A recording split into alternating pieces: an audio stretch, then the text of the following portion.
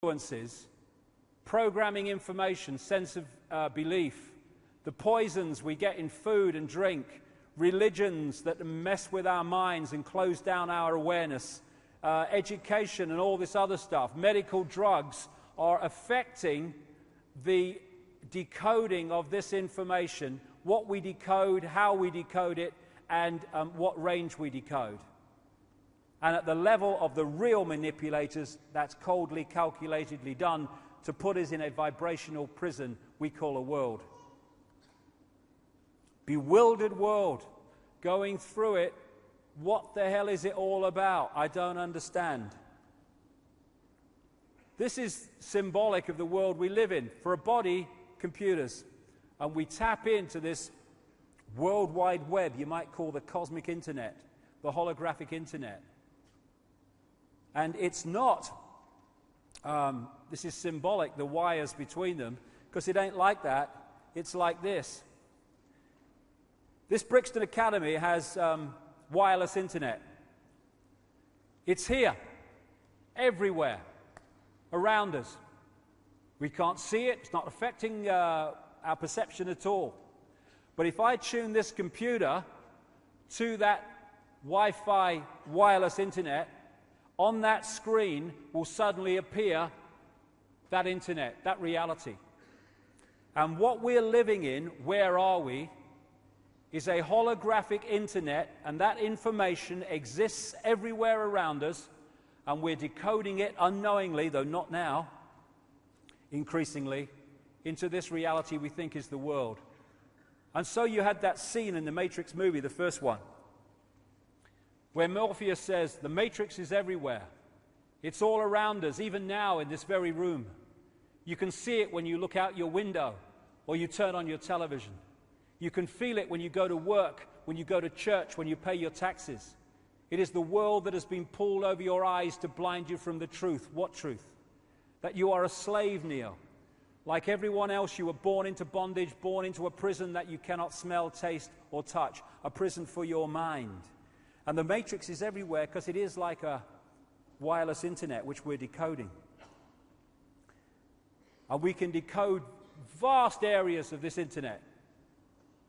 Or, as they do in China, that internet can be firewalled off so we only access that which suits those in control. And that's basically what's happened to us, not least through genetic manipulation.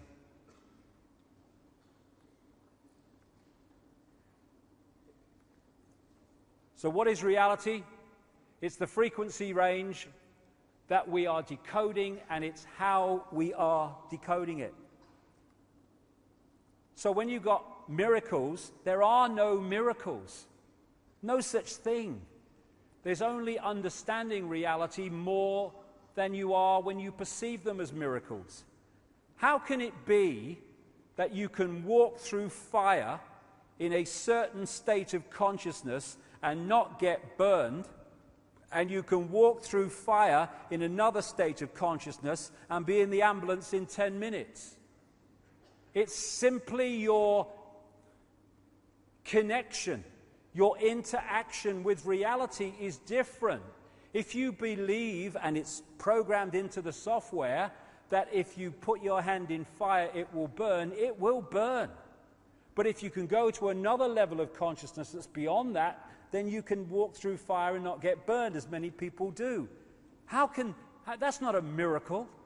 It's just decoding reality in a different way. And we have the potential to decode a sodding paradise, which is why this has been kept from us.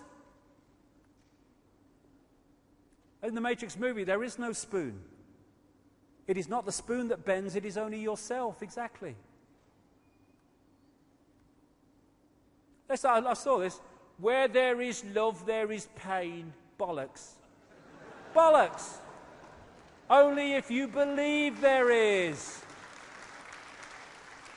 We are looking at a world of people imprisoned by their own perception of reality. There they are. There they could be.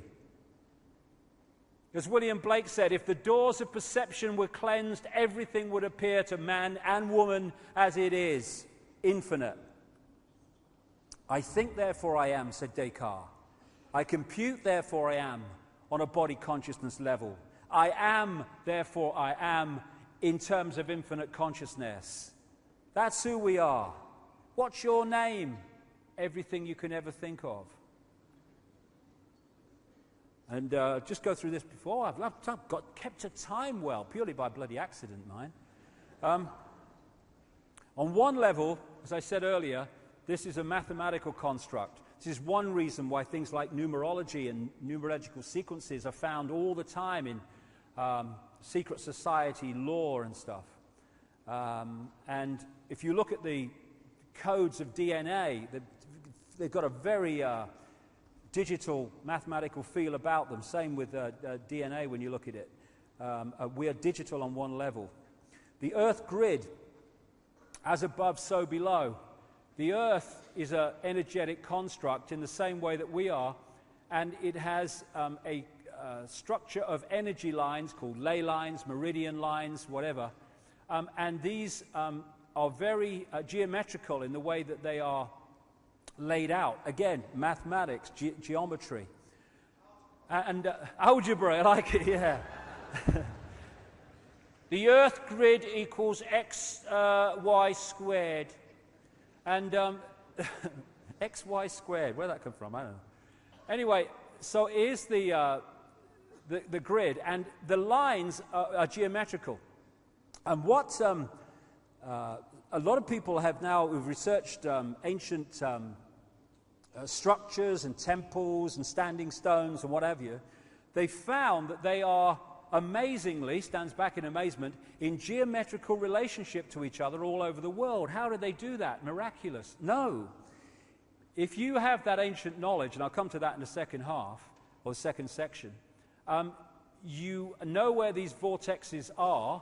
If you put a temple or a construction on that vortex, it is going to be in relationship geometrically to these other ones because you're putting it on a geometrically formed grid.